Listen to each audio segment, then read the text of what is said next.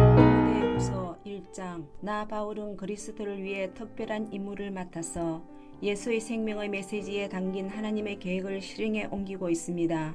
내가 몹시 사랑하는 아들 그대 디모데에게 이 편지를 씁니다. 우리 하나님과 그리스도께서 주시는 온갖 좋은 선물이 그대의 것이 되기를 바랍니다.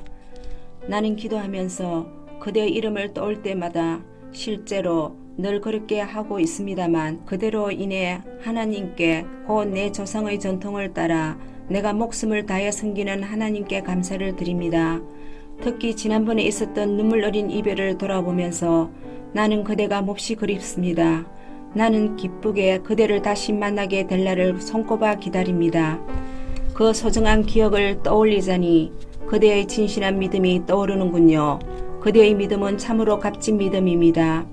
그 믿음은 그대의 할머니 로이스에게서 어머니 유니게에게로 이어졌다가 이제는 그대에게로 이어졌습니다. 그리고 내가 그대에게 안수하고 기도할 때 그대가 받은 특별한 사역의 은사도 떠오른군요. 그 은사를 계속 타오르게 하십시오. 하나님께서는 우리가 그분의 은사에 소심한 태도를 보이는 것을 바라지 않으십니다.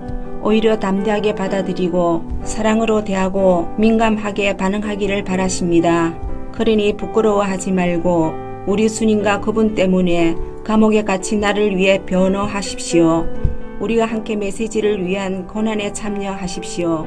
결국 우리는 하나님의 능력을 힘입어 앞으로 나아갈 뿐입니다. 하나님께서 먼저 우리를 구원하시고 그 후에 이 거룩한 일로 우리를 불러주셨습니다. 전에 우리는 이 거룩한 일과는 전혀 상관없는 사람들이었습니다. 이 일은 전적으로 그분께서 생각하신 것입니다. 우리가 아무것도 알지 못하던 오래전에 하나님이 예수 안에서 우리를 위해 예비하신 선물입니다. 그러나 이제 우리는 압니다. 우리 구주께서 나타나신 이래로 이보다 더 분명한 것은 없습니다. 그것은 죽음이 패하고 생명이 끊임없이 타오르는 빛 가운데 굳건해졌다는 사실입니다. 이 모든 것이 예수의 사역을 통해 이루어졌습니다. 이것이 내가 설교자와 특사와 교사로 세움받아 전하는 메시지입니다. 이것은 내가 겪고 있는 모든 고난의 원인이기도 합니다. 그러나 나는 후회하지 않습니다. 나는 나의 검은이신 분, 곧 내가 믿는 하나님께서 내게 맡기신 일을 끝까지 완수하도록 보살펴 주실 것을 확신합니다. 그러니 그대는 내게 들은 대로 그대의 일, 그리스도 안에 뿌리 내린 믿음과 사랑을 포기하지 마십시오. 그 일은 그대가 처음 내게서 들었던 때와 마찬가지로 지금도 옳은 일입니다. 우리 안에서 일하시는 성령께서 그대에게 맡겨주신 것이니 이 귀한 것을 잘 지키십시오. 그대는 아시아에 있는 모든 사람들은 물론이고 부겔레오와 허모게네마저 나를 버렸다는 것을 알고 있으리라 생각합니다. 그러나 하나님께서 오네시보로와 그의 가정에 복을 내리시기를 바랍니다. 나는 그의 집에서 기운을 얻은 적이 한두 번이 아니었습니다. 그는 내가 감옥에 갇힌 것을 조금도 부끄럽게 여기지 않았습니다. 그가 로마로 와서 처음 한 일은 나를 면회하는 것이었습니다. 그가 나를 대접한 것처럼 마지막 날에 하나님께서 그를 선대해 주시기를 바랍니다. 그대가 나보다 더 잘 알고 있겠지만 그는 에베소에서도 온갖 도움을 베풀었습니다. 2장. 그러므로 나의 아들이여 그리스도를 위한 이 일에 그대 자신을 드리십시오. 온 회중이 아멘 하고 말하는 가운데 그대가 내게서 들은 것을 다른 사람을 가르칠 역량이 있고 믿음직한 지도자들에게 전하십시오. 그대의 가는 길이 험할지라도 예수께서 하셨던 것처럼 용감하게 참고 견디십시오. 복무적인 군인은 시장에서 사고 파는 일에 마음을 빼앗기지 않습니다. 그는 명령을 수행하는 데만 정신을 쏟습니다. 규칙대로 경기하지 않는 선수는 절대로 승리하지 못합니다. 부지런한 농부가 농작물을 수확합니다. 내가 하는 말을 곰곰이 생각해 보십시오. 그러면 하나님께서 알기 쉽게 풀어주실 것입니다. 예수 그리스도를 마음속에 굳건히 모십시오. 그분은 다윗의 자손으로 나셔서 죽은 자들 가운데 다시 살아나신 분입니다. 그대가 내게서 줄곧 들은 말씀이 그것입니다. 바로 그 말씀을 전하는 것 때문에 내가 지금 감옥에 갇혀 있습니다. 그러나 하나님의 말씀은 감옥에 갇히지 않습니다. 내가 이것을 참고 견디는 것도 그것 때문입니다. 그것은 하나님의 부르심을 받은 모든 이들이 그리스도의 구원을 그 모든 영광과 함께 얻게 하려는 것입니다. 다음 말씀은 확실합니다. 우리가 그분과 함께 죽으면 그분과 함께 살 것이고, 우리가 그분과 함께 참고 견디면 그분과 함께 다스릴 것이고, 우리가 그분을 부인하면 그분도 우리를 부인하실 것입니다. 우리는 그분을 버려도 그분께서 우리를 버리지 않으시리니 그분은 자신에게 불성실하실 수 없기 때문입니다. 이것은 필수사항이니 하나님의 사람들에게 되풀이해서 말해주십시오. 하나님 앞에서 사람들에게 경고하여 신앙을 빙자한 트집 잡기를 못하게 하십시오.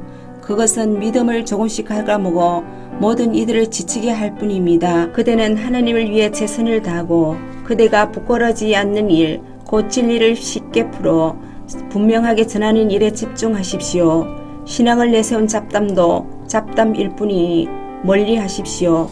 그대도 아는 것처럼 말은 그저 말로 그치는 것이 아닙니다. 경건한 삶이 뒷받침되지 않는 말은 독약처럼 영혼에 쌓이게 마련입니다.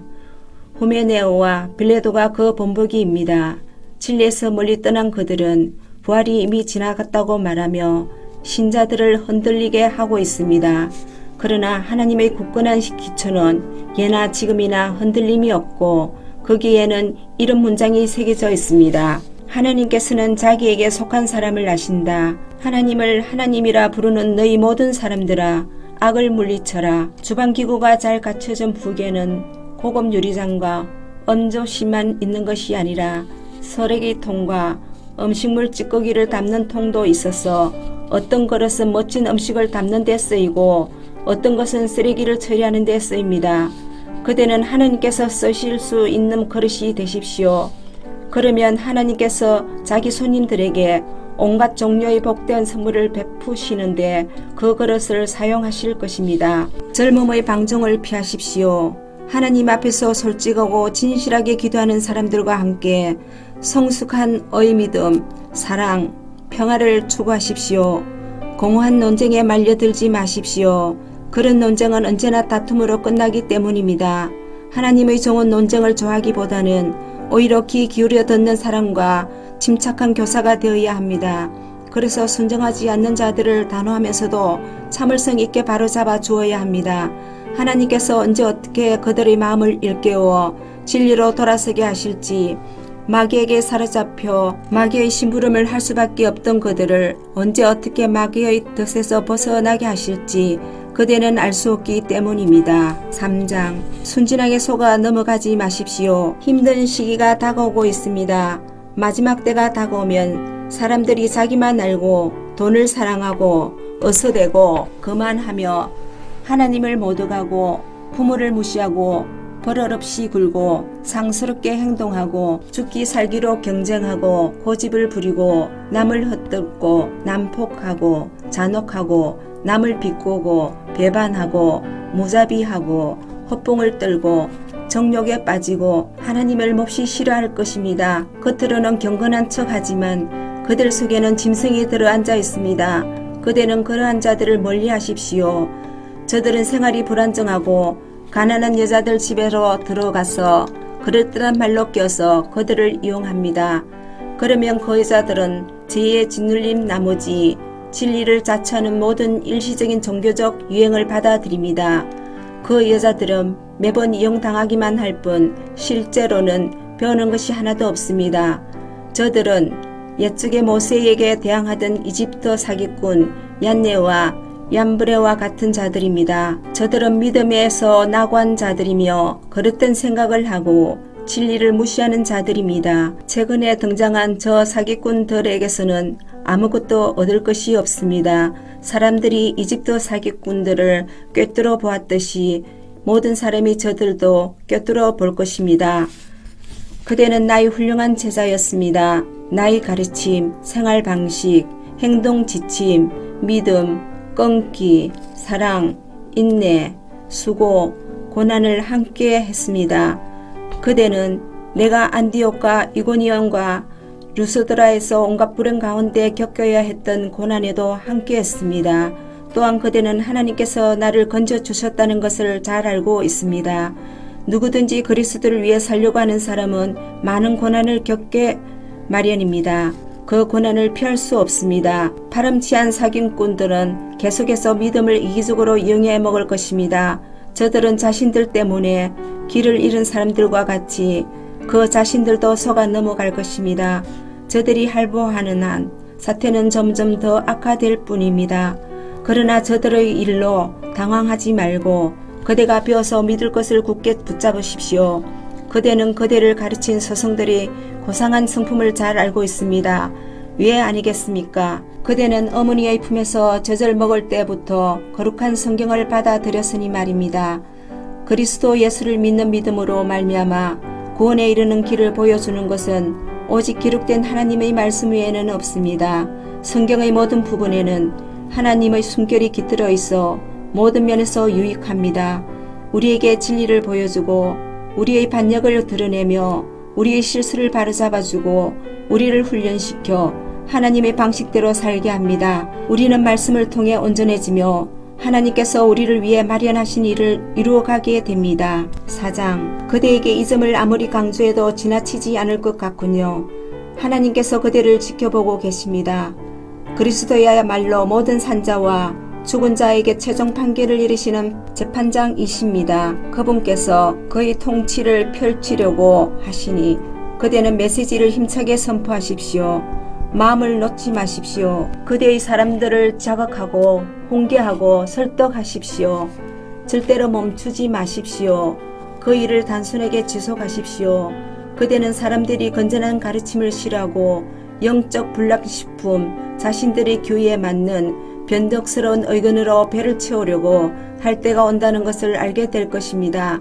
저들은 진리를 던지고 헛된 망성을 쫓을 것입니다. 그러나 그대는 하고 있는 일에 시선을 고정하여 좋은 시기든 힘든 시기든 메시지를 살아있게 하며 하나님의 일꾼으로 그대의 일을 빈틈없이 하십시오. 그대가 이어받으십시오. 나의 죽을 날이 가까웠고 나의 생명은 하나님의 제단에 제물로 드려졌습니다.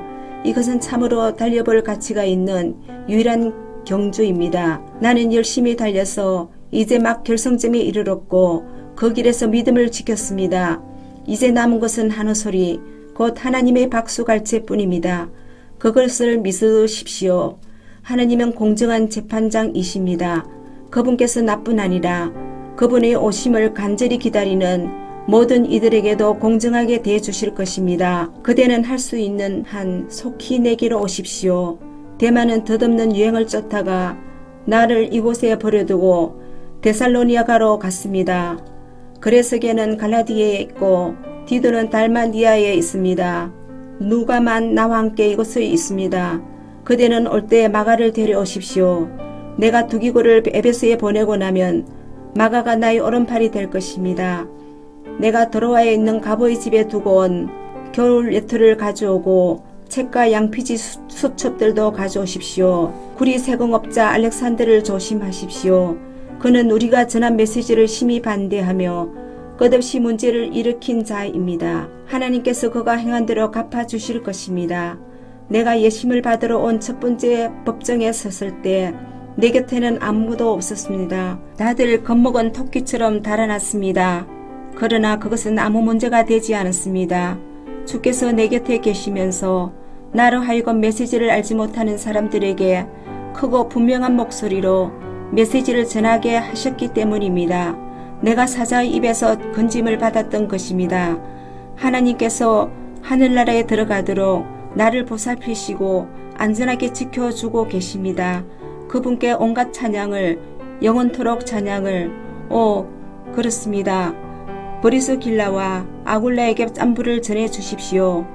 오네시브로의 가족들에게도 안부를 전해 주십시오. 에라스도는 고린도에 남아 있습니다.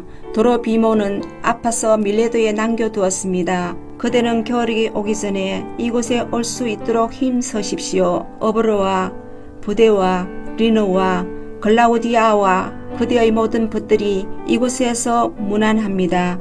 하나님께서 그대와 함께 하시기를 은혜가 그대와 함께 하시기를 바랍니다. 아멘. 오늘도 주님 안에서 복된 하루가 되시기를 바랍니다. 디도서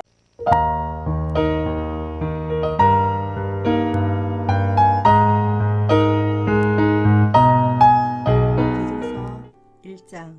나 바울은 하나님이 택하신 사람들 가운데 믿음을 일깨우고 하나님의 말씀을 정확히 전달하며 그 말씀에 바르게 응답하도록 하기 위해 임명된 하나님의 종이자 그리스도의 대리인입니다. 나의 목표는 영원한 생명에 이르는 길을 제시하여 소망을 일으키는 것입니다. 이 생명은 하나님께서 오래전에 약속해 주신 것입니다. 하나님은 약속을 어기시는 분이 아닙니다. 때가 무르익자 그분께서는 자신의 진리를 공표하셨습니다. 나는 우리 구주 하나님의 명령으로 이 메시지를 선포하는 일을 맡았습니다. 믿음 안에서 합법적으로 아들이 된 사랑하는 디도에게 말합니다. 하나님 우리 아버지와 우리 구주 예수께서 그대에게 주시는 모든 것을 받아들이십시오. 내가 그대를 크레타에 남겨둔 것은 내가 마무리하지 못한 일을 그대가 마무리하게 하려는 것입니다. 내가 지시한 대로 각 성읍의 지도자를 임명하십시오. 그들을 뽑을 때는 다른 사람들에게 이 사람은 평판이 좋습니까? 아내에게 헌신합니까? 자녀들도 신자입니까? 자녀들은 그를 존경하고 말썽을 피우지 않습니까? 하고 물어보십시오. 하나님의 집안일을 책임지는 교회 지도자는 존경받는 사람이어야 합니다. 그는 고집을 부리지 않고 쉽게 화를 내지 않으며 술을 지나치게 좋아하거나 폭력을 행사하거나 돈을 사랑하는 자가 아니어야 합니다. 그는 사람들을 환대하고 도움을 베풀며 지혜롭고 공정하고 공손하고 자신을 잘 알고 메시지를 잘 이해하고 사람들이 진리를 알도록 격려할 줄 알고 진리에 반대하는 자들을 제지할 줄 알아야 합니다. 교회 밖에는 반항적인 사람들, 곧 느슨하고 난잡하며 속이는 자들이 많습니다. 종교적으로 자라서 남보다 더 많이 안다고 하는 자들이 최악입니다. 그들의 입을 다물게 해야 합니다. 그들은 자신들의 가르침으로 가정들을 송두리째 붕괴시킵니다. 모두 재빨리 한미천 잡으려고 합니다. 그들의 예언자들 가운데 한 사람이 그것을 가장 잘 표현했습니다. 크레타 사람들은 태어날 때부터 거짓말쟁이, 지저대는 개, 게으른 목보들이다.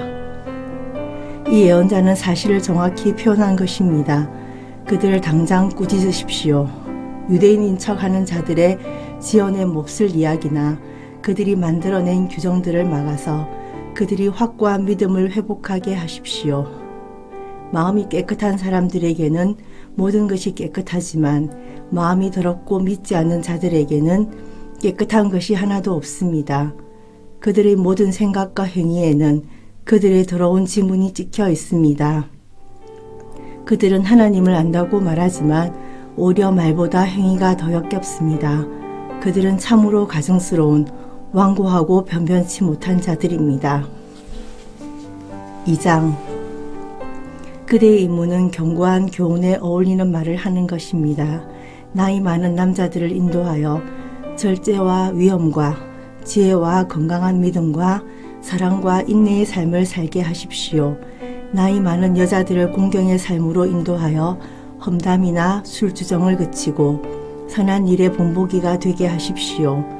그러면 젊은 여자들이 그들을 보고 남편과 자녀를 어떻게 사랑해야 하는지, 고결하고 순결한 삶을 살려면 어떻게 해야 하는지, 집안 살림을 잘하려면 어떻게 해야 하는지, 좋은 아내가 되려면 어떻게 해야 하는지를 알게 될 것입니다.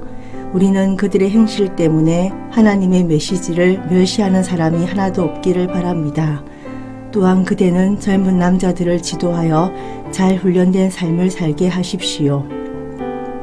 그대는 몸소 실천하여 이 모든 것을 보여주고 가르치는 일을 순수하게, 말은 믿음직하고 건전하게 하십시오. 그러면 우리에게 정면으로 대적하던 자들도 수상한 점이나 잘못된 점을 찾지 못하고 결국 마음을 고쳐먹게 될 것입니다. 종들을 지도하여 성실한 일꾼이 되게 하고 그들의 주인들에게 기쁨이 되게 하십시오.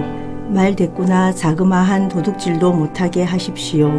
그러면 그들의 성품이 좋게 바뀌어 행실로 밝히 드러나고 우리 구주 하나님의 가르침을 더욱 빛나게 할 것입니다. 기꺼이 베푸시고 용서하시는 하나님의 은혜가 이제 밝히 드러났습니다. 구원의 길이 누구에게나 열렸습니다. 우리는 하나님을 모르는 방탕한 삶에서 돌아서서 하나님으로 충만한 삶, 그분께 영광을 돌려드리는 삶을 살려면 어떻게 해야 하는지를 목격하고 있습니다. 이제 이 새로운 삶이 시작되어 우리로 하여금 위대하신 하나님과 구주 예수 그리스도께서 나타나실 영광스러운 날을 소망하게 합니다. 예수 그리스도께서 자기 자신을 희생제물로 내어주신 것은 우리를 반역의 어두운 삶에서 해방시켜 선하고 순결한 삶으로 이끄시고 우리로 그분의 자랑스러운 백성, 곧 선한 일에 열심을 내는 백성이 되게 하시려는 것입니다. 그대는 이 모든 것을 사람들에게 말하십시오. 그들의 사기를 높여주되 그들이 가던 길에서 벗어나거든 징계하십시오. 그대가 바로 책임자입니다.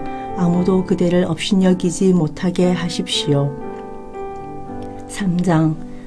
그대는 사람들에게 일러서 정부를 존중하고 법을 준수하고 언제나 도움의 손길을 베풀 준비를 갖추게 하십시오. 무례한 짓을 하지 못하게 하고 다투지 않게 하십시오. 하나님의 백성은 마음이 넓고 품위가 있어야 합니다. 얼마 전까지만 해도 우리 역시 어리석고 완고하고 죄에 쉽게 넘어가며 온갖 욕망의 지배를 받고 원한을 품은 채 돌아다니며 서로 미워하면서 살았습니다. 그러나 우리의 인자하시고 사랑이 많으신 구주 하나님이 개입하셔서 그 모든 것으로부터 우리를 구해 주셨습니다. 이 일은 전적으로 그분께서 하신 일이었습니다. 우리가 한 일은 아무것도 없었습니다. 그분께서 우리를 깨끗게 씻어 주셨고 우리는 그 일로 말미암아 새 사람이 되었습니다. 성령께서 우리를 속속들이 씻어 주신 것입니다.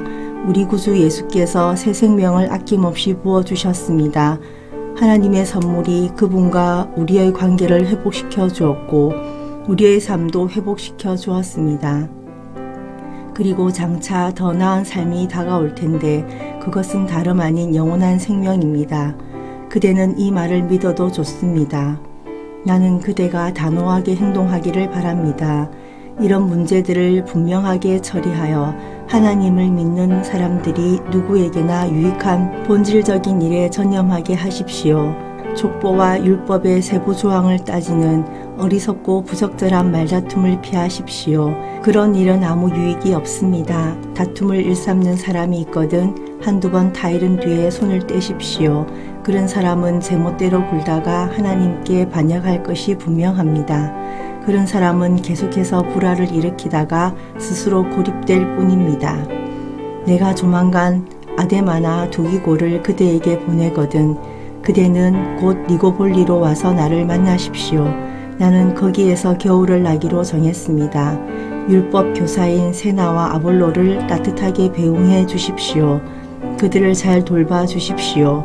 우리 교우들도 필요한 것을 마련해 줄 수 있도록 부지런히 일하는 것을 배워야 합니다.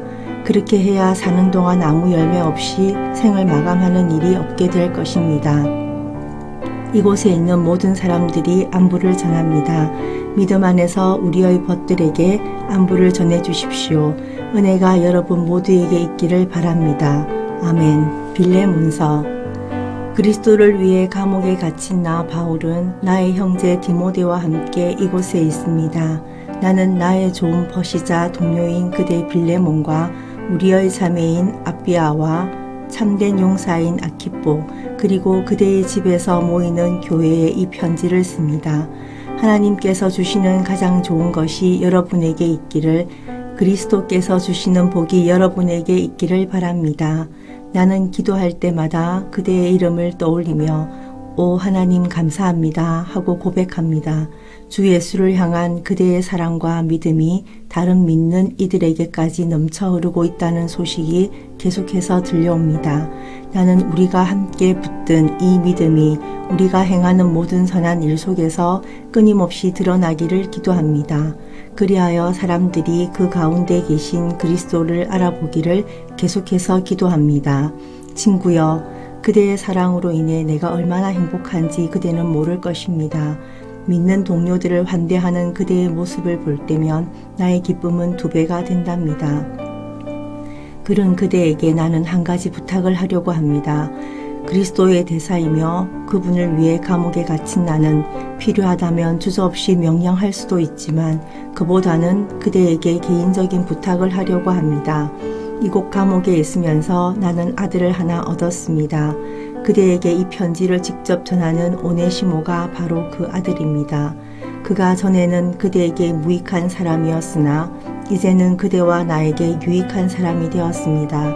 나는 그를 그대에게 돌려보내려고 합니다. 그렇게 하려니 마치 내 오른팔을 잘라내는 것만 같습니다. 메시지를 위해 감옥에 갇혀 있는 동안 나는 최악의 경우 그를 이곳에 남게 하여 그대를 대신해서 나를 돕게 하고 싶었습니다. 그러나 나는 그대에게 비밀로 한 채 아무것도 하고 싶지 않았고 아무리 선한 일이라도 그대가 기꺼이 승낙하지 않으면 그대에게 억지로 시키고 싶지 않았습니다. 그대가 잠시 그를 잃어버린 것은 참 잘된 일이었던 것 같습니다.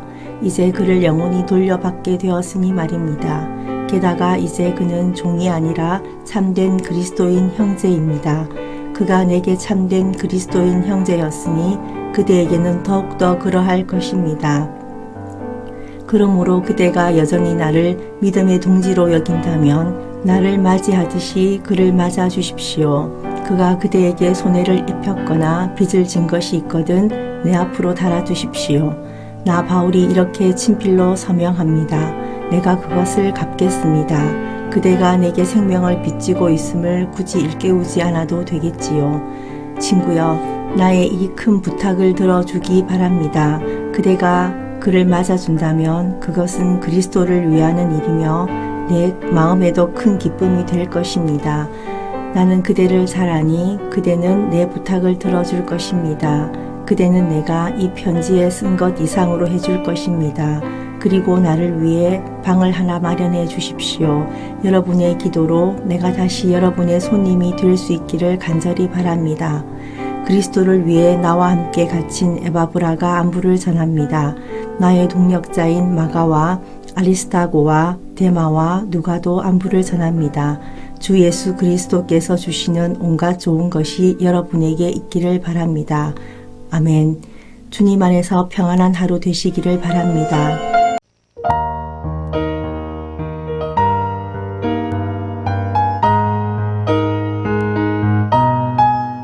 히브리서 1장. 하나님께서는 지난 수백 년 동안 수많은 예언자들을 통해 여러 가지 방법으로 우리 조상들에게 말씀하셨습니다. 그러나 최근에는 아들을 통해 우리에게 직접 말씀하셨습니다. 태초에 하나님께서 이 아들을 통해 세상을 창조하셨고 이 세상은 마지막 날에 아들의 소유가 될 것입니다. 이 아들은 거울처럼 완벽하게 하나님을 비추시는 분이며 그분께는 하나님의 본성이 도장처럼 찍혀 있습니다. 아들은 자신의 말, 곧 능력 있는 말씀으로 만물을 조화롭게 유지하시는 분입니다. 그 아들은 죄를 해결하기 위한 희생 제사를 마치신 뒤에 하늘 높이 계신 하나님 오른편 영광의 자리에 앉으셔서 그 어떤 천사보다도 높은 세열과 통치권을 받으셨습니다. 하나님께서 어느 천사에게 너는 내 아들이다. 오늘 내가 너를 축복한다고 하시거나 나는 그의 아버지이며 그는 내 아들이다 라고 말씀하신 적이 있습니까? 하나님은 영광스러운 자기 아들을 세상에 주시면서 모든 천사는 그에게 경배하여라 하고 말씀하셨습니다. 천사들에 대해서는 성경에 이렇게 말했습니다. 그 심부름꾼들은 바람, 그 시종들은 타오르는 불꽃이다. 그러나 아들에 대해서는 성경에 이렇게 말했습니다. 당신은 하나님, 영원토록 보좌에 앉아 계신 분. 당신의 통치는 모든 것을 바로잡습니다. 당신은 만물이 바른 자리에 있는 것을 기뻐하시고 그릇된 자리에 있는 것을 싫어하십니다. 바로 그런 이유로 하나님, 곧 당신의 하나님께서 당신의 머리에 향기로운 기름을 부으시고 당신을 왕으로 삼으셔서 당신의 귀한 동료들보다 훨씬 뛰어나게 하셨습니다. 또한 아들에 대해 이런 말씀도 있습니다. 이 모든 일을 시작하신 주님, 당신께서 땅의 기초를 놓으시고 하늘의 별들을 지으셨습니다. 땅과 하늘은 닳아 없어져도 당신은 그대로이십니다. 오래된 옷처럼 닳아서 헤어져 버릴 그것들을 당신은 낡은 옷을 치우듯 폐기 처분하실 것입니다. 그러나 당신은 세월이 흘러도 한결 같으시니 빛이 바래거나 따라 없어지지 않을 것입니다. 하나님께서 천사 가운데 어느 누구에게 이렇게 말씀하신 적이 있습니까? 내가 내 온수들을 내 발판으로 삼을 때까지 너는 여기 내 보좌 옆에 앉아 있으라. 모든 천사는 구원을 받기 위해 예비된 사람들을 도우라고 보냄받은 존재들이라는 사실이 분명하지 않습니까? 2장. 우리는 이미 들은 메시지를 굳게 붙잡아 떠내려가는 일이 없어야 하겠습니다. 지난날의 천사들을 통해 전한 메시지가 유효해서 아무도 그것을 피해갈 수 없었는데 하물며 최근에 우리가 받은 이토록 장엄한 구원의 메시지를 어떻게 소홀히 할 수 있겠습니까?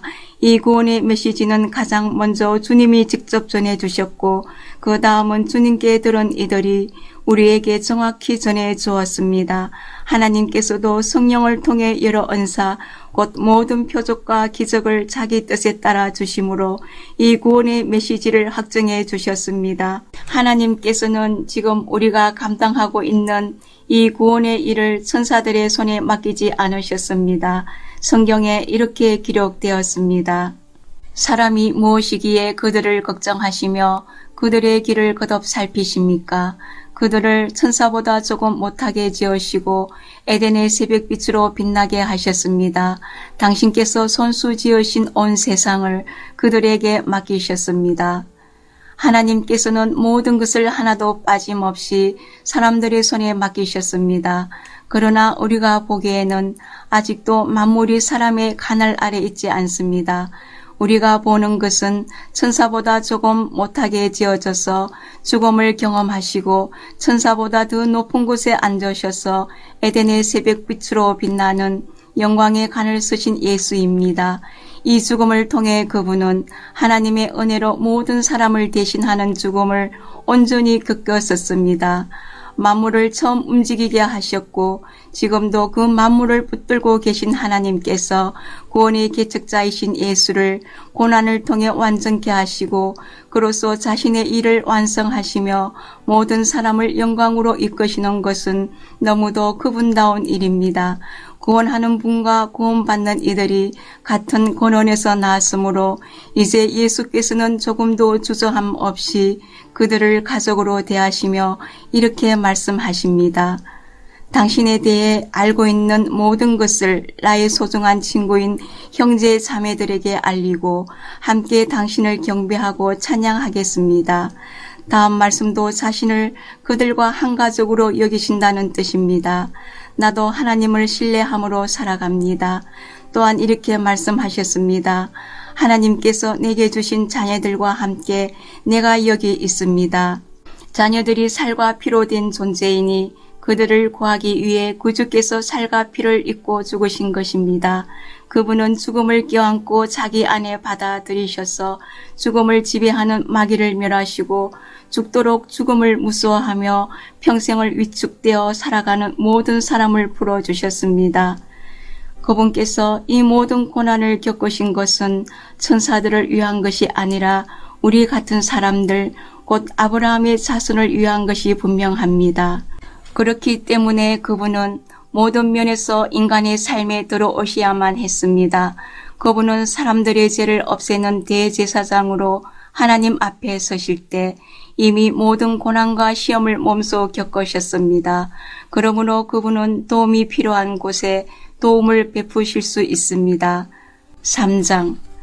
그러므로 사랑하는 그리스도인 친구 여러분, 높은 곳을 향한 부르심을 따라 사는 동료 여러분, 예수를 진지하고 주의 깊게 바라보십시오.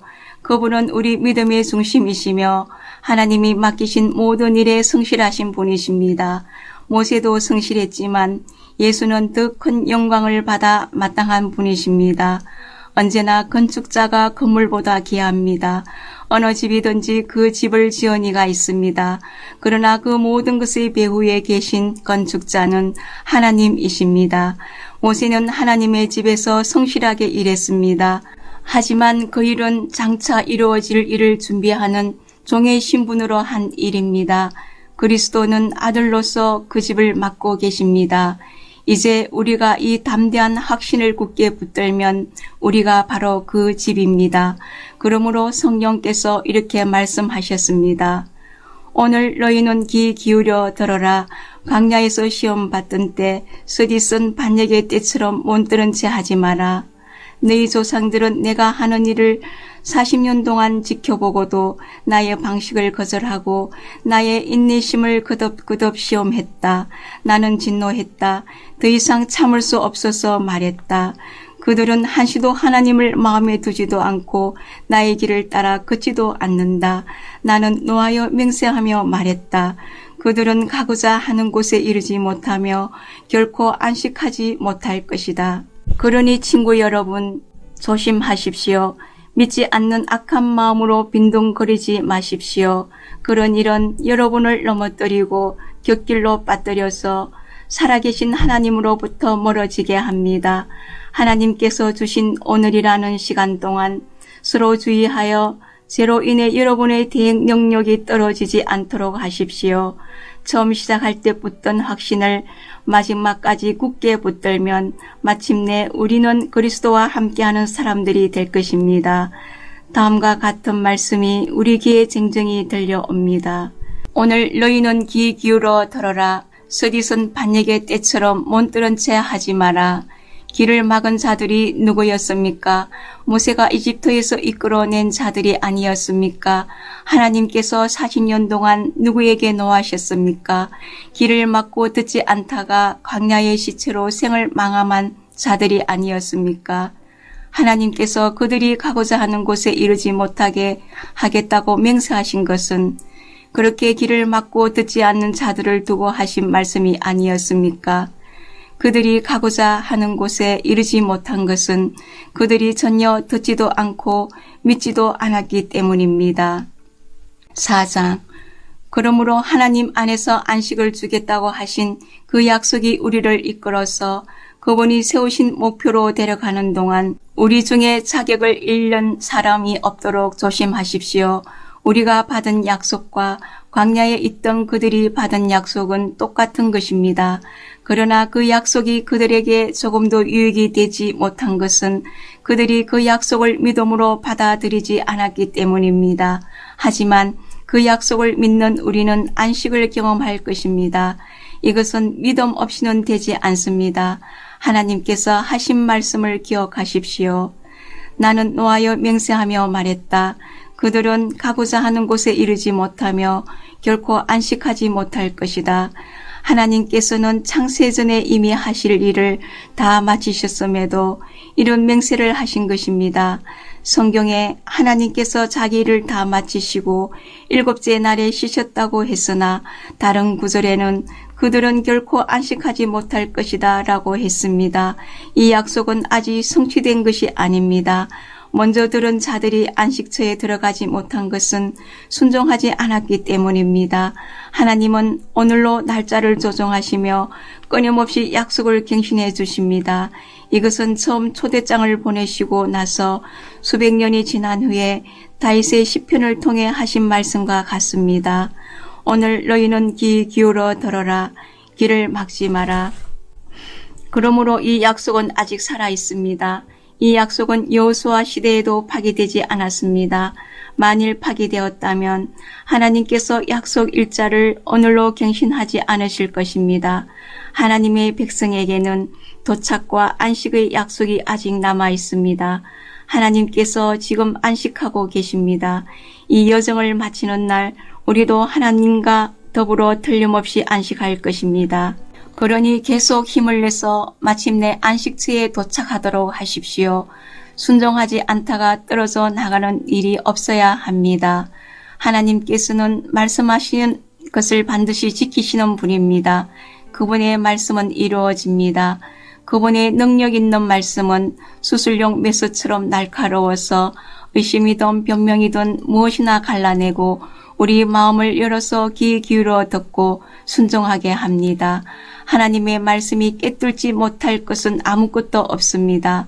아무리 발부둥 쳐도 우리는 하나님의 말씀에서 달아날 수 없습니다.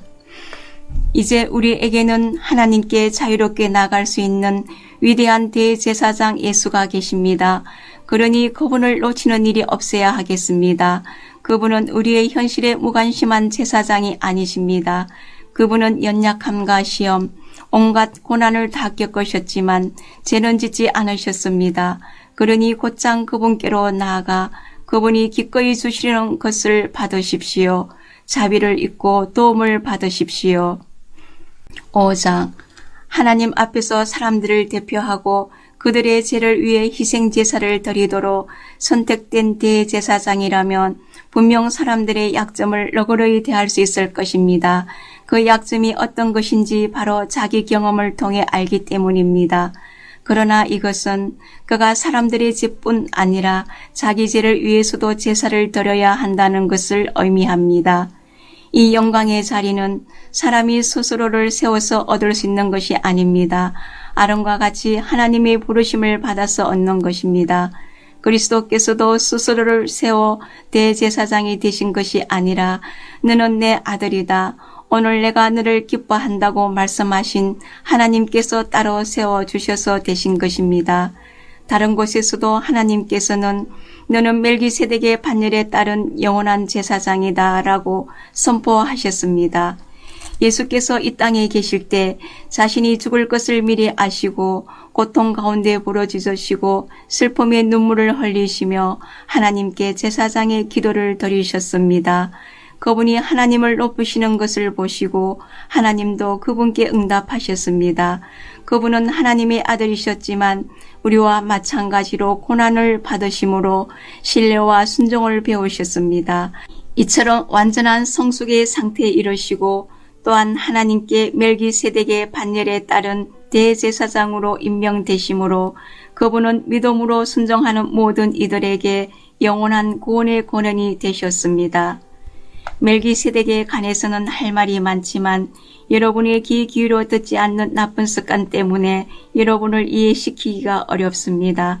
지금쯤 여러분은 선생이 되어 있어야 마땅한데도 내가 보기에 여러분은 하나님의 간에 기본부터 다시 가르쳐 줄 사람이 필요한 것 같습니다. 오래전에 단단한 음식을 먹었어야 했건만 여러분은 아직도 아기처럼 젖을 빨아야 할 형편입니다. 젖은 하나님의 방식에 미숙한 초보자들이 먹는 것입니다. 성숙한 사람들은 단단한 음식을 먹습니다. 그들은 경험으로 옳고 그른 것을 분별할 줄 아는 사람들입니다. 6장 그러므로 유치원생 수준으로 그리스도를 그리는 데서 벗어나 멋진 작품을 만드십시오. 그리스도 안에서 무럭무럭 자라가십시오. 그 기초가 되는 진리는 자기 힘으로 구원받으려는 노력을 버리고 하나님께 돌아서서 그분을 신뢰하는 것과 세례에 관한 가르침과 안수와 죽은 자의 부활과 영원한 심판입니다. 하나님께서 도와주시면 우리는 이 모든 진리를 충실하게 붙들 수 있을 것입니다. 그러나 그 이상의 것이 있습니다. 그러니 계속 나아가십시오. 한때 빛을 보고 하늘을 맛보고 성령의 역사에 참여하고 하나님의 순하신 말씀과 우리 안으로 돌파해 들어오는 능력을 경험한 자들이 등을 돌려 그 모든 것과 관계를 끊어버렸다면 그들은 아무 일 없었다는 듯이 처음부터 다시 시작할 수는 없습니다. 그것은 불가능한 일입니다. 그들이 예수를 다시 십자가에 못 박고 공개적으로 부인한 것이기 때문입니다. 바싹 마른 땅이라도 비를 흠뻑 빨아들여서 농사 짓는 사람에게 풍성한 곡식을 내면 하나님께 잘했다는 칭찬을 듣습니다. 그러나 잡초와 엉겅퀴를 내는 땅은 저주를 받습니다. 그 땅은 불에 타서 수확할 것이 없습니다. 친구 여러분, 나는 그런 일이 여러분에게 일어나지 않으리라고 확신합니다. 나는 여러분이 구원의 여정에서 이룬 더 나은 것이 있다는 것을 생각하게 됩니다. 하나님께서는 어느 것 하나 잊으시는 법이 없습니다. 하나님께서는 여러분이 가난한 그리스도인들을 도우면서 보여준 사랑을 너무도 잘 알고 계시며 여러분이 그 일을 계속하고 있다는 것도 잘 알고 계십니다. 이제 내가 바라는 것은 여러분 각자가 튼실한 소망을 향해 동일한 열정을 펼쳐서 마지막까지 그 소망을 유지하는 것입니다. 꿈을 버리지 마십시오. 헌신적인 믿음으로 끝까지 달려가서 마침내 약속받은 것을 전부 얻는 사람이 되십시오. 하나님께서는 아브라함에게 약속하실 때 자신의 명예를 걸고 분명하게 약속하셨습니다. 하나님께서는 내가 약속한다. 내가 가진 모든 것으로 너에게 복을 주겠다. 복을 주고 복을 주고 또 복을 주겠다고 말씀하셨습니다. 아브라함은 참고 견딘 끝에 약속받은 것을 전부 받았습니다. 사람들은 약속할 때 자기보다 위에 있는 권위에 호소하여 약속을 보정합니다. 약속을 이행하기로 한 당사자들 사이에 문제가 생길 때 그 권위로 약속을 뒷받침하려는 것입니다. 하나님께서도 자신의 약속을 보정하기 원하셨고 결국 바위처럼 단단하여 깨지지 않는 자신의 말씀으로 보증해 주셨습니다. 하나님께서는 자신의 말씀을 어기실 수 없기 때문입니다. 그분의 말씀은 변치 않으며 그분의 약속도 변치 않습니다. 하나님께 인생을 건 우리는 약속받은 소망을 두 손으로 붙잡고 놓지 말아야 할 이유가 충분합니다. 그 소망은 끊어지지 않는 영적 생명줄 같아서 모든 상황을 뛰어넘어 곧바로 하나님 앞에까지 이릅니다. 그곳에는 우리보다 앞서 달려가신 예수께서 멜기세덱의 반열에 따라 우리를 위한 영원한 대제사장직을 맡고 계십니다. 아멘.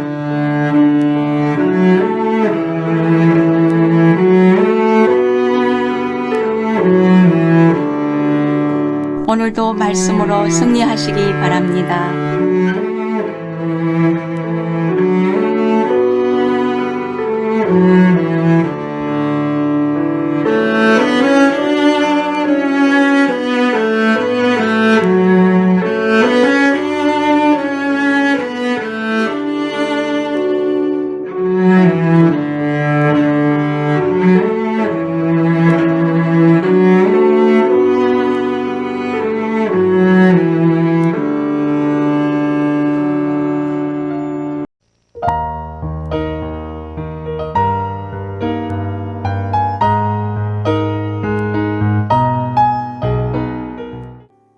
히브리서 7장.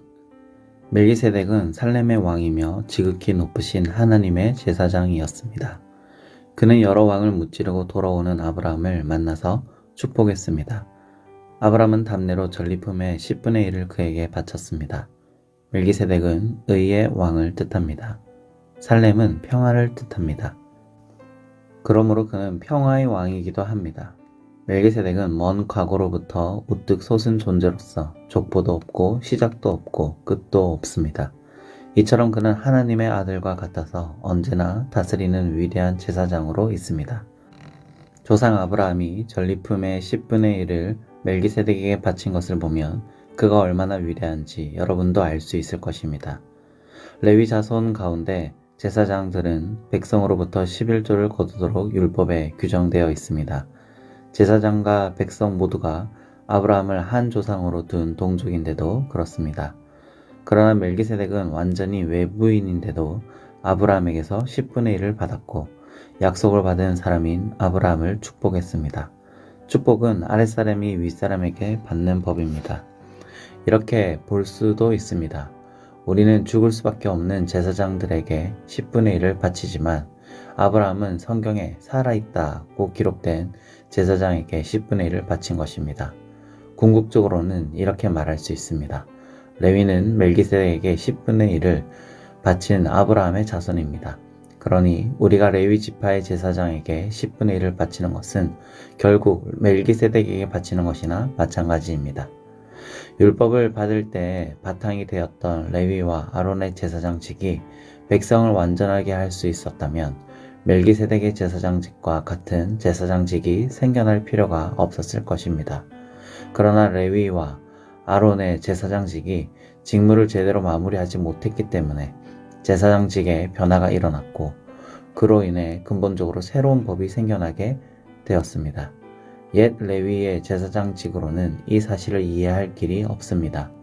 예수의 족보에 그분과 레위 제사장을 연결할 만한 근거가 없는 것은 그 때문입니다. 그러나 멜기세덱 이야기에서 다음과 같이 완벽한 설명을 얻을 수 있습니다.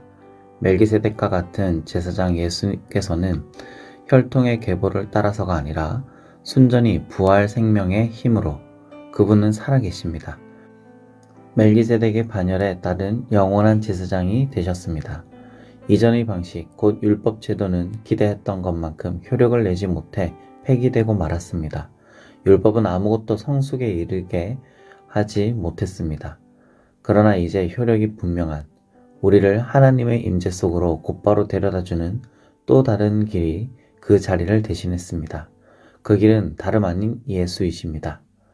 옛 아론의 제사장직은 하나님의 명시적인 확정 없이도 자동적으로 아버지께서 아들로 계승되었습니다. 그러나 하나님이 개입하셔서 새롭고 영원한 제사장직을 제정하시고 다음과 같은 약속을 덧붙이셨습니다. 하나님께서 약속하셨으니 그 약속을 철회하지 않을 것이다. 너는 영원한 제사장이다. 이처럼 예수께서는 우리와 하나님 사이에 더 나은 방식, 실제로 효력 있는 방식을 보증하는 분이 되셨습니다. 이것이 다름 아닌 새 언약입니다. 전에 제사장이 많았던 것은 한 사람이 죽으면 다른 이가 대신해야 했기 때문입니다. 그러나 예수의 제사장직은 영원합니다. 그분은 지금부터 영원까지 제사장으로 계시면서 자기를 통해 하나님께 나오는 모든 사람을 구원하시고 언제나 그들 편에서 말씀해 주십니다. 이제 우리에게는 우리의 필요에 완벽하게 들어맞는 한 분 대제사장이 계십니다. 그분은 온전히 거룩하시고 죄가 전혀 없으시며 그 권세가 하늘 높이 하나님 계신 곳까지 이릅니다. 그분은 다른 대제사장들과 같지 않으셔서 우리와 우리 죄를 위한 희생 제물을 드리기 전에 매일같이 자기 죄를 위해 희생 제물을 드릴 필요가 없으십니다. 그분께서 자기 몸을 희생 제물로 드리심으로 영단번에 그 일을 완성하셨기 때문입니다. 율법은 이를 제대로 해내지 못하는 사람들을 어쩔 수 없이 대제사장으로 세웁니다. 그러나 하나님이 개입하셔서 율법 다음으로 주신 명령은 영원토록 완전하신 아들을 대제사장으로 세웁니다. 8장 요점을 말하며 이렇습니다. 우리에게는 이와 같은 대제사장이 계십니다. 그분은 하나님 오른편에 권위 있게 앉으셔서 하나님께서 세우신 단 하나의 참 성소에서 예배를 주관하십니다. 대제사장에게 맡겨진 임무는 예물과 제물을 바치는 일입니다. 그것은 예수의 제사장직도 마찬가지입니다. 만일 그분께서 땅에 매여 계신 분이라면 제사장조차 되지 못하실 것입니다. 율법에 명시된 예물을 바치는 제사장이라면 이미 많이 있어서 그분을 필요로 하지 않을 것입니다. 이 땅의 제사장들은 하늘에 있는 참 성소에서 무슨 일이 일어나는지를 보여주는 단서에 지나지 않습니다. 모세가 하늘에 있는 참 성소를 언뜻 보고 장막을 지으려고 할 때 하나님께서 이렇게 말씀하셨습니다. 너는 산에서 본 모습 그대로 주위에서 짓도록 하여라. 그러나 예수께서 맡으신 제사장 직무는 다른 제사장들이 맡은 직무보다 훨씬 뛰어납니다. 그것은 그분께서 더 나은 계획에 따라 일하시기 때문입니다.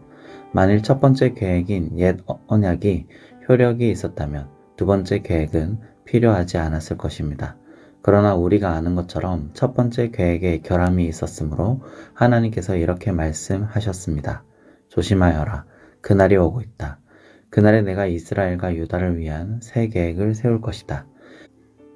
내가 그 조상들의 손을 잡고 이집트에서 인도해 나올 때 그들과 세웠던 옛 계획은 내버릴 것이다. 그들이 계약을 지키지 않아 내가 그들에게서 고개를 돌려버렸다. 내가 이스라엘과 세우려는 새 계획은 종이에 쓸 수도 없고 돌에 새길 수도 없는 것이다. 이번에는 내가 그 계획을 그들 속에 써주고 그들 마음에 새겨줄 것이다. 나는 그들의 하나님이 되고 그들은 내 백성이 될 것이다. 나를 알기 위해 학교에 다니거나 하나님에 관한 5가지 쉬운 가르침 같은 책을 사보지 않을 것이다. 작은 자나 큰 자나 낮은 자나 높은 자나 모두가 나를 직접 알게 될 것이다. 그들은 죄가 영원토록 깨끗이 씻겨지고 너그럽게 용서받음으로 나를 알게 될 것이다. 하나님께서는 자기와 자기 백성 사이에 새 계획, 새 언약을 세우심으로 옛 계획을 폐기 처분하셨습니다. 이제 옛 계획에는 먼지만 쌓이고 있습니다. 9장 첫 번째 계획에는 예배를 위한 지침과 특별히 고안된 예배 장소가 있었습니다. 바깥을 두르는 큰 장막을 세우고 그 안에 등잔대와 상과 하나님께 드리는 빵을 두었는데 이곳을 성소라고 했습니다. 그런 다음 휘장을 치고 그 뒤에 작은 내부 장막을 세웠는데 이곳을 지성소라고 했습니다.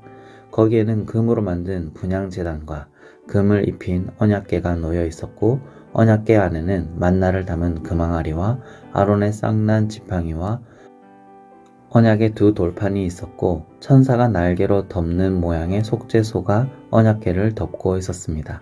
하지만 지금은 이것들에 대해 이야기할 시간이 없습니다. 이런 것이 갖춰진 뒤에 제사장들이 큰 장막에 들어가 직무를 수행했습니다. 작은 내부 장막에는 대제사장만이 1년에 한 번 들어가서 자기 죄와 백성의 누적된 죄를 위해 피를 제물로 드렸습니다. 이것은 큰 장막이 서 있는 동안에는 백성이 하나님께로 걸어 들어갈 수 없음을 성령께서 시각적 비유로 보여주신 것입니다. 이 제도 아래서 드려진 예물과 제물은 형식과 행위의 문제에 해당할 뿐 문제의 핵심에는 다가가지 못합니다. 백성의 양심을 만족시켜 주지 못합니다. 본질적으로 이 제도는 철저히 재정비될 때까지 한시적으로 차용된 제도일 뿐입니다. 그러나 메시아께서 뛰어난 새 언약의 대제사장으로 오셔서 이 창조 세계에 있는 옛 장막과 그 부속물을 지나시고 하늘에 있는 장막인 참 성소로 영단번에 들어가셨습니다. 또한 그분은 염소와 송아지의 피로 드리는 제물 대신에 자신의 피로 값을 치르심으로 영단번에 우리를 자유케 하셨습니다. 동물의 피와 정결 예식도 우리의 신앙과 행위를 실제로 깨끗하게 해준다면 하물며 그리스도의 피는 우리의 삶 전체를 안팎으로 얼마나 더 깨끗하게 해줄지 생각해 보십시오. 그리스도께서 성령을 힘입어 자기 몸을 흠 없는 제물로 드리심으로 스스로 훌륭해지려는 부질없는 수고에서 우리를 자유케 하셨습니다. 그리하여 우리는 전력을 다해 하나님을 위해 살 수 있게 되었습니다. 유언은 사람이 죽어야 그 효력이 발생합니다. 새 언약도 예수께서 죽으심으로 효력이 발생했습니다. 그분의 죽으심은 옛 계획에서 새 계획으로 바뀌었음을 나타내는 표지입니다. 이 죽음으로 인해 옛 의무 조항과 그에 따르는 죄가 폐지되었고 상속인들은 자신들에게 약속된 영원한 유산을 받으라는 부름을 받았으며 그분께서 이 새로운 방식으로 하나님과 그분의 백성을 화해시키셨습니다. 첫 번째 계획을 실행에 옮기는 데도 죽음이 필요했습니다. 모세는 율법 계획, 하나님의 유언의 조항들을 전부 낭독한 뒤에 엄숙한 예식을 진행하며 제물로 바쳐진 동물의 피를 취해 언약 문서에 뿌리고 그 언약의 수혜자인 백성에게도 뿌렸습니다. 그런 다음 이것은 하나님께서 명하신 언약의 피입니다 라는 말로 그 효력을 확증했습니다. 그는 예배 장소와 그 안에 있는 모든 비품에도 똑같이 했습니다. 모세는 백성에게 이것은 하나님께서 여러분과 세우신 언약의 피입니다 라고 말했습니다. 사실 유언에 담긴 모든 내용의 효력은 죽음에 달려 있습니다. 죽음의 증거인 피가 우리의 전통 속에서 특히 죄 용서와 관련된 그토록 자주 사용된 것은 이 때문입니다. 이것은 하늘에 있는 실체를 가리키는 그 모든 부차적 의식에서 피와 죽음이 왜 그토록 중요한 역할을 했는지 설명됩니다. 또한 지금 더 이상 동물 제물이 쓸모없고 필요 없게 된 것도 설명됩니다. 그리스도께서는 이 땅에 있는 성소로 들어가신 것이 아닙니다.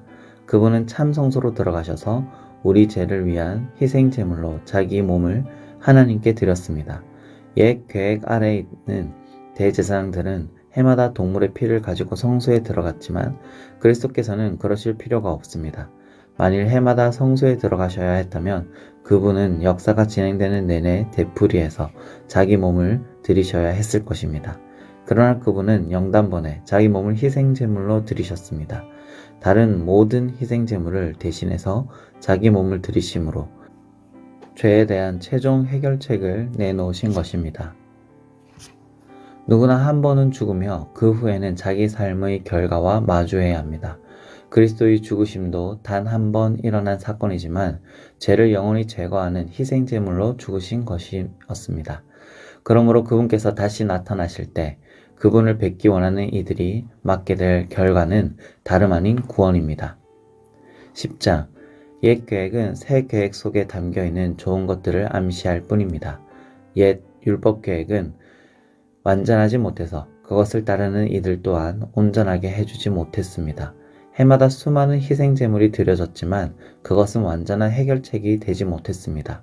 만일 그 제물이 해결책이 되었다면 예배자들은 기쁜 마음으로 자기 일을 갔을 것이고 더 이상 죄에 끌려다니지 않았을 것입니다. 그러나 죄의식이 없어지기는커녕 동물 제물을 거듭해서 바칠수록 죄의식과 죄책감은 오히려 고조되었습니다.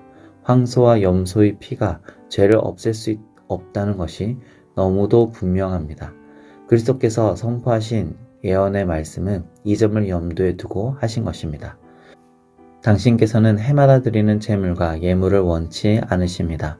그래서 나를 위해 몸을 마련해 주셔서 희생 제물로 삼으셨습니다. 이제 당신이 기뻐하시는 것은 제단에서 피어오르는 향기와 연기가 아닙니다. 그래서 내가 말했습니다. 오 하나님, 당신의 책에 기록된 대로 당신의 방법대로 행하기 위해 내가 왔습니다. 당신께서는 제물과 예물을 원치 않으십니다 라고 말씀하실 때 그리스도께서는 옛 계획에 따른 의식을 언급하신 것입니다. 또한 당신의 방법대로 행하기 위해 내가 왔습니다 라고 말씀하실 때 그분은 첫 번째 계획을 폐하시고 새 계획, 하나님의 방법을 세우신 것입니다. 예수께서 자기 몸을 영단번에 제물로 드리심으로 우리는 하나님께 합당한 사람이 되었습니다. 각 제사장들이 날마다 제단에 나아가 일하고 해마다 똑같이 제물을 드리지만 그런 것이 결코 죄의 문제를 해결하지는 못합니다. 그러나 그리스도께서 제사장으로 죄를 위해 단 한 번 제물을 드리셨고 그것으로 모든 것이 끝났습니다. 그런 후에 그분은 하나님 오른편에 앉으셔서 원수들이 항복하기를 기다리셨습니다. 그것은 완전한 분이 불완전한 사람들을 온전케 하기 위해 드리는 완전한 제물이었습니다. 단 한 번 제물을 드리심으로 그분은 정결 과정에 참여하는 모든 이들에게 필요한 모든 일을 완수하신 것입니다. 성령께서도 이같이 증언해 주셨습니다. 내가 이스라엘과 세우려는 새 계획은 종이에 쓸 수도 없고 돌에 새길 수도 없는 것이다. 이번에는 내가 그 계획을 그들 속에 써주고 그들 마음에 새겨줄 것이다. 그러고는 이렇게 결론 지으셨습니다. 내가 그들의 죄를 영원토록 깨끗이 씻어줄 것이다. 이제 죄가 영원토록 제거되었으니 더 이상 죄 때문에 제물을 드릴 필요가 없습니다. 그러므로 친구 여러분, 이제 우리는 주저함 없이 곧바로 하나님께로 성소 안으로 나아갈 수 있습니다. 예수께서 자기를 희생해 흘리신 피로 그 길을 열어주셨고 하나님 앞에서 우리의 제사장이 되어주셨습니다. 하나님 앞으로 나아가는 통로인 휘장은 다름 아닌 그분의 몸입니다. 그러니 확고한 믿음과 우리가 하나님 앞에 온전히 드려질 만한 존재가 되었다는 확신을 가지고 하나님 앞에 나아가야 합니다. 우리를 앞으로 이끌어주는 약속을 굳게 붙잡으십시오. 그분은 언제나 자기 말을 지키시는 분이십니다. 창의적으로 사랑을 권하고 도움의 손길을 펼치십시오. 어떤 이들처럼 함께 모여 예배하기를 피할 것이 아니라 서로 격려하여 더욱 힘써 모이십시오. 중요한 그날이 다가오는 것을 볼수록 더욱 그리하십시오. 우리가 배우고 받았으며 이제 알고 있는 모든 진리를 버리거나 외면한다면 그것은 그리스도의 희생을 거부하는 것입니다. 우리는 혼자임으로 심판을 마주해야 할 것입니다. 그 심판은 맹렬한 것입니다. 모세의 율법을 어긴 자가 받은 벌은 육체의 죽음이었습니다. 하물며 하나님의 아들을 적대하고 자기를 온전하게 해준 희생의 침을 뱉고 가장 은혜로우신 성령을 모욕하는 자에게는 어떤 일이 있겠습니까? 이것은 결코 가볍게 여길 문제가 아닙니다. 하나님께서는 우리에게 책임을 묻고 그 값을 치르게 하겠다고 경고하셨습니다. 그분을 아주 분명하게 밝히셨습니다. 복수는 나의 것이다. 나는 어느 것 하나 그냥 넘어가지 않겠다고 하셨고 하나님께서 자기 백성을 심판하실 것이다 라고 하셨습니다. 아무도 그냥 통과할 수 없는 것이 분명합니다. 그분이 처음 이 복음의 빛을 보고 난 뒤에 어떻게 살았는지 기억하십니까? 그 시절은 고난의 시기였습니다. 여러분은 사람들 앞에서 박해와 모욕의 표적이었습니다. 어떤 때는 여러분이 표적이 되고 어떤 때는 여러분의 벗들이 표적이 되었습니다. 여러분의 벗 가운데 며칠 감옥에 갇힐 때에도 여러분은 끝까지 그들 곁을 지키었습니다. 박해하는 자들이 난입해 여러분의 소유를 빼앗을 때도 여러분은 편한 얼굴로 그들이 하는 대로 내버려 두었습니다. 그들이 여러분의 진짜 보물을 어찌할 수 없다는 것을 알고 있었기 때문입니다. 그들의 어떤 행위도 여러분을 괴롭게 하거나 좌절시키지 못했습니다. 그러니 이제 와서 포기하지 마십시오. 그때 여러분은 확신에 차 있었습니다. 그 확신은 지금도 유효합니다. 하지만 율법을 이루려면 하나님의 계획을 붙잡고 끝까지 견뎌야 합니다. 이제 머지않아 그분이 오신다. 언제라도 모습을 드러내실 것이다. 하지만 나와 바른 관계에 있는 사람은 그 변치 않는 신뢰로 인해 살 것이다. 도망치는 자는 내가 기뻐하지 않을 것이다. 우리는 중도에 포기하며 실패할 사람들이 아닙니다. 결코 아닙니다. 우리는 언제나 신뢰함으로 계속 살아남을 사람들입니다. 아멘. 오늘도 말씀 안에서 복된 하루 되시기 바랍니다.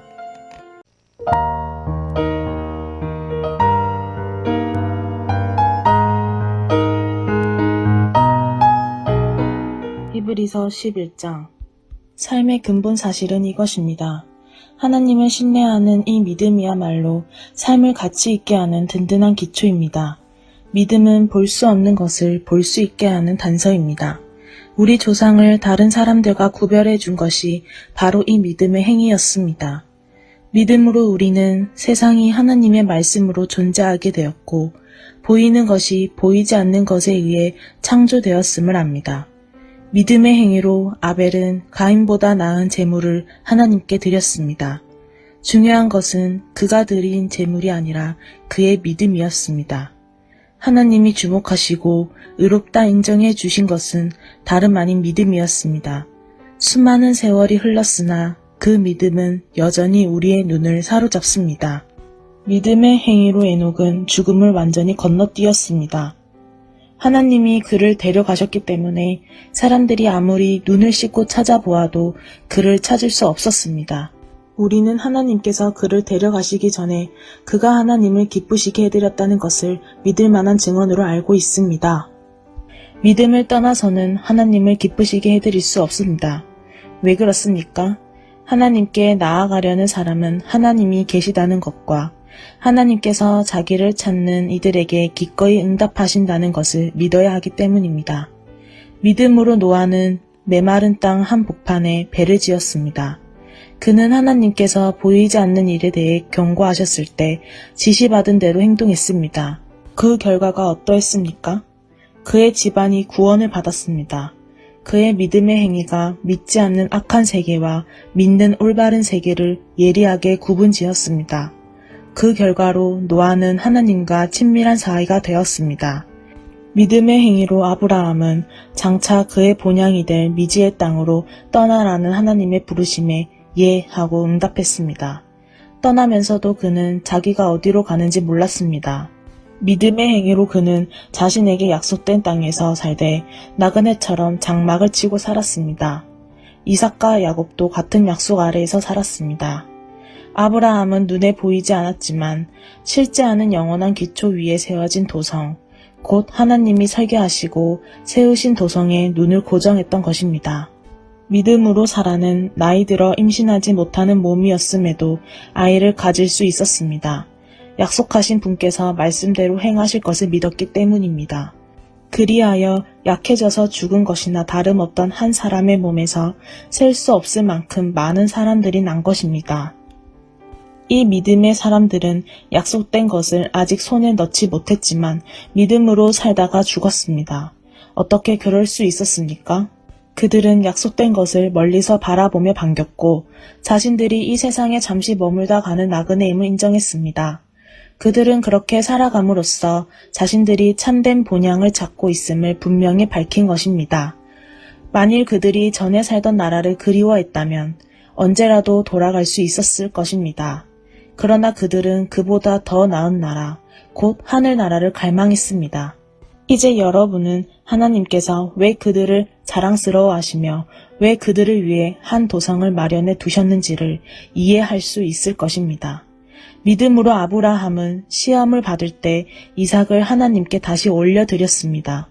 그는 약속으로 받은 자신의 외아들을 얻을 때와 마찬가지로 믿음으로 돌려드렸습니다. 이 일은 그가 하나님으로부터 내 후손들이 이삭에게서 나올 것이다 라고 하신 말씀을 들은 뒤에 한 일이었습니다. 아브라함은 하나님이 원하시면 죽은 사람도 일으키실 수 있다고 생각했습니다. 어떤 의미에서 보면 그 일은 아브라함이 이삭을 제단에서 산채로 돌려받을 때 일어난 것입니다. 믿음의 행위로 이삭은 미래를 내다보며 야곱과 에서를 축복했습니다. 믿음의 행위로 야곱은 죽기 직전에 요셉의 아들들을 차례대로 축복하면서 자신의 복이 아니라 하나님의 복으로 축복하고 지팡이의 의지에 서서 하나님을 경배했습니다. 믿음의 행위로 요셉은 죽어가면서 이스라엘 백성의 탈출을 예언하고 자기의 장례를 준비시켰습니다. 믿음의 행위로 모세의 부모는 모세가 태어난 후 3달 동안 아이를 숨겼습니다. 그들은 아이가 준수한 것을 보고 왕의 법령에 용감히 맞섰습니다. 믿음으로 모세는 어른이 되어 이집트 왕실의 특권층이 되기를 거절했습니다.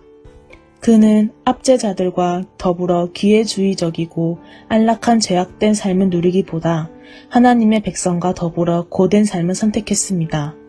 그는 메시아 진영에서 겪는 고난을 이집트에서 누리는 부귀보다 훨씬 값지게 여겼습니다. 그것은 그가 앞을 내다보며 장차 받을 상을 기대했기 때문입니다. 믿음의 행위로 그는 왕의 맹목적인 분노에도 아랑곳하지 않고 이집트를 떠났습니다.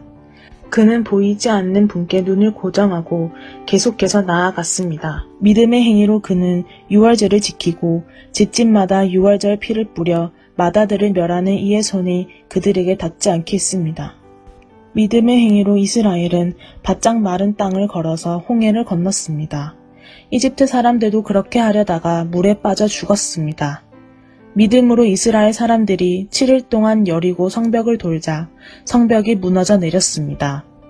믿음의 행위로 여리고의 장녀 라합은 정탐꾼들을 맞아들여 하나님을 신뢰하지 않는 자들에게 닥칠 파면을 면했습니다.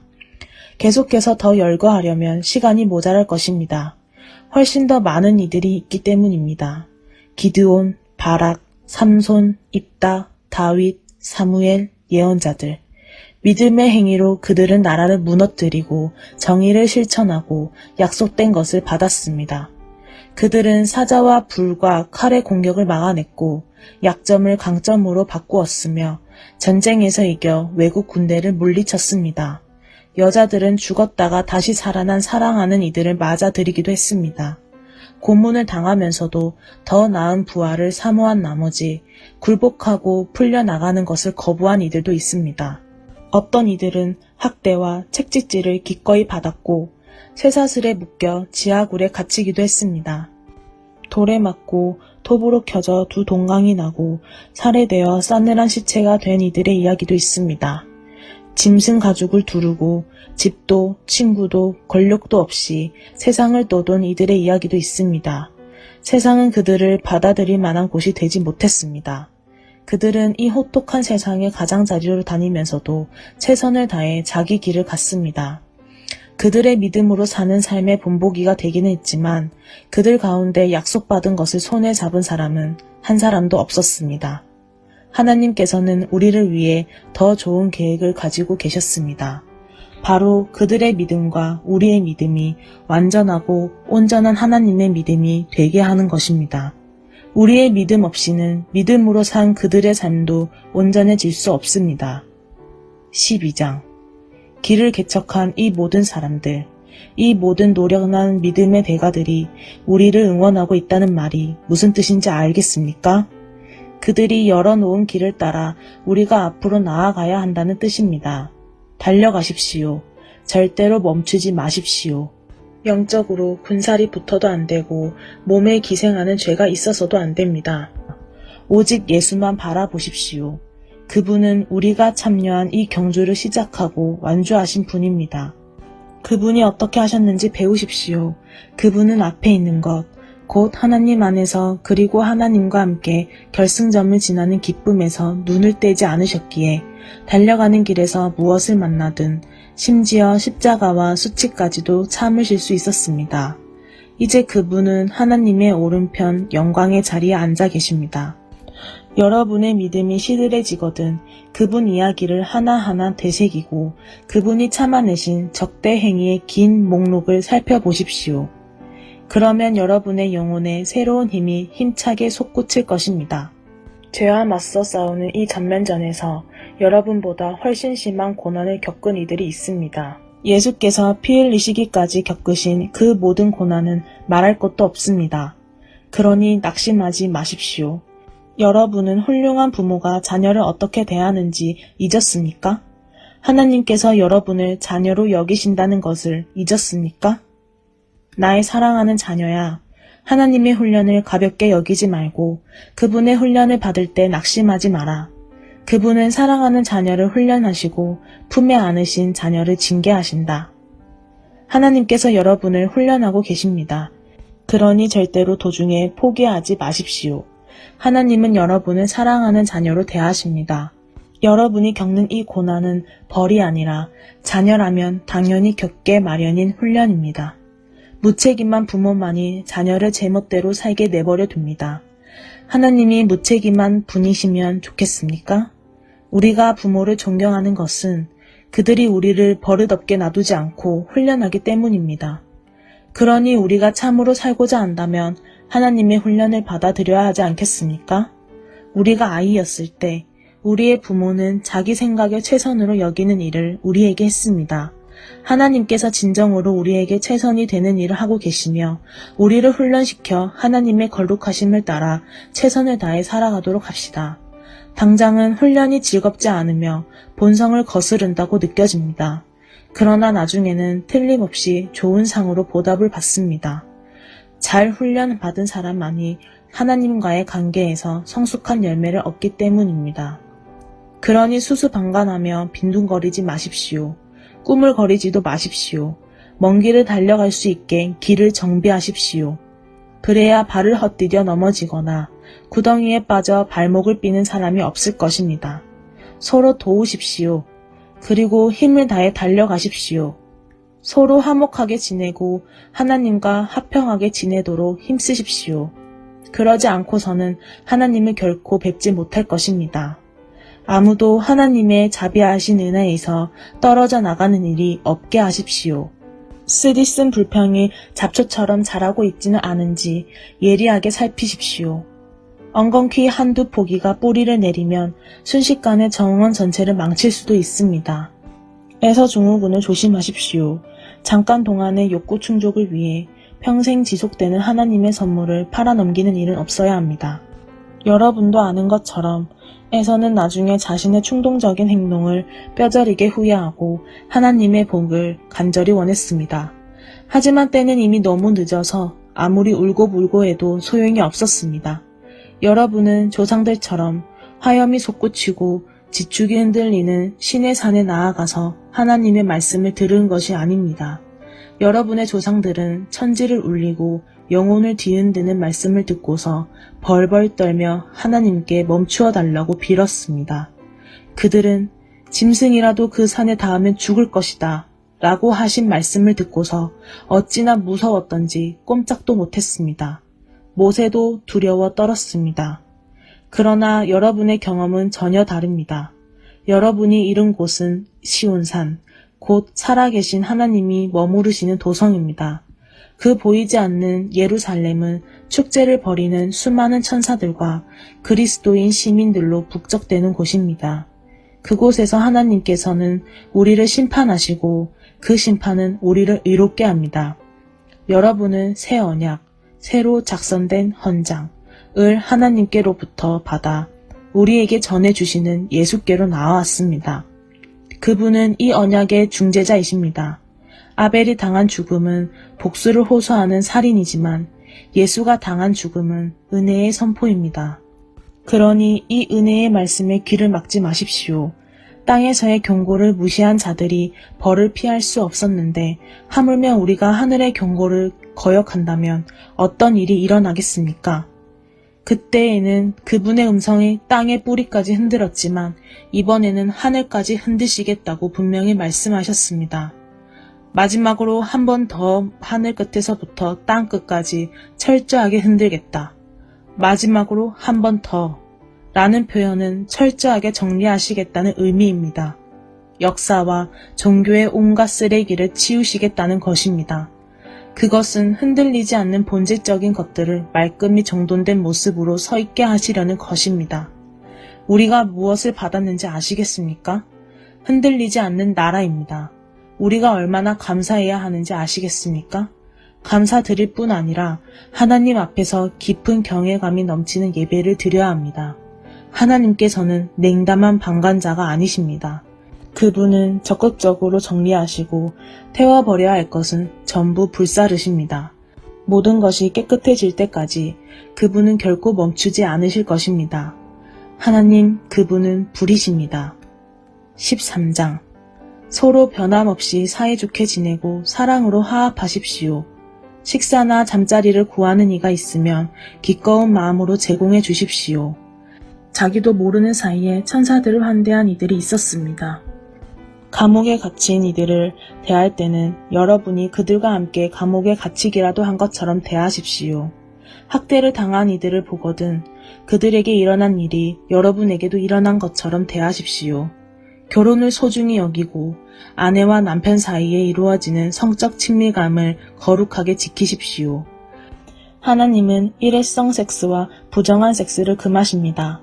물질적인 것을 더 많이 얻으려는데 사로잡히지 마십시오. 지금 가지고 있는 것으로 만족하십시오. 하나님께서는 내가 너를 저버리지 않겠다. 너를 떠나지도 않고 버리지도 않겠다고 하시며 우리에게 확신을 주셨습니다. 그러므로 우리는 담대한 마음으로 이렇게 말할 수 있습니다. 하나님께서 기꺼이 도우시니 내게 무슨 일이 닥쳐와도 두렵지 않다. 그 누가 그 무엇이 나를 괴롭힐 수 있으랴? 여러분에게 하나님의 말씀을 전해준 목회자들을 인정해 주십시오. 그들의 사는 모습을 눈여겨보고 그들의 신실함과 진실함을 본받으십시오. 우리 모두는 언제나 한결같아야 합니다.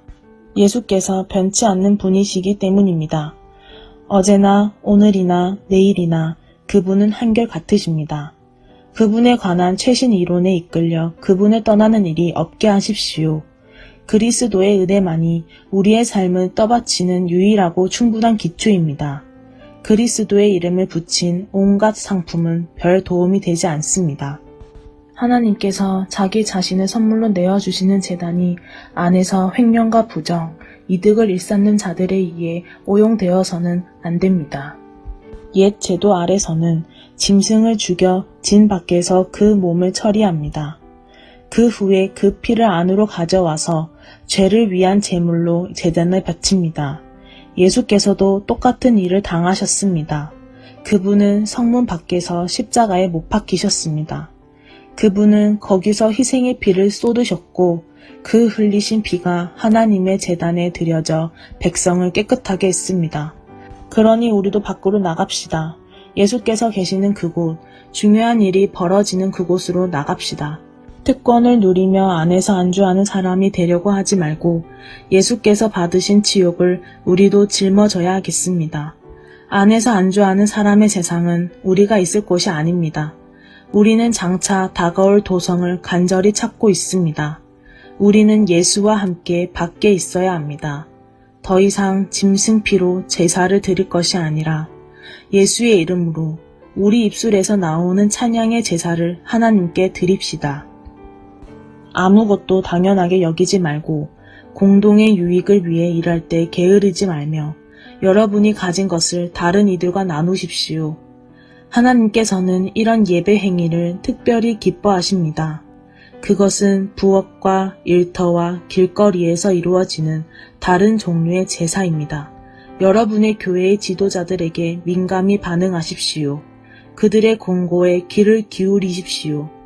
그들은 여러분이 처해 있는 삶의 조건을 부지런히 살피며 하나님의 엄격한 감독 아래서 일하는 사람들입니다.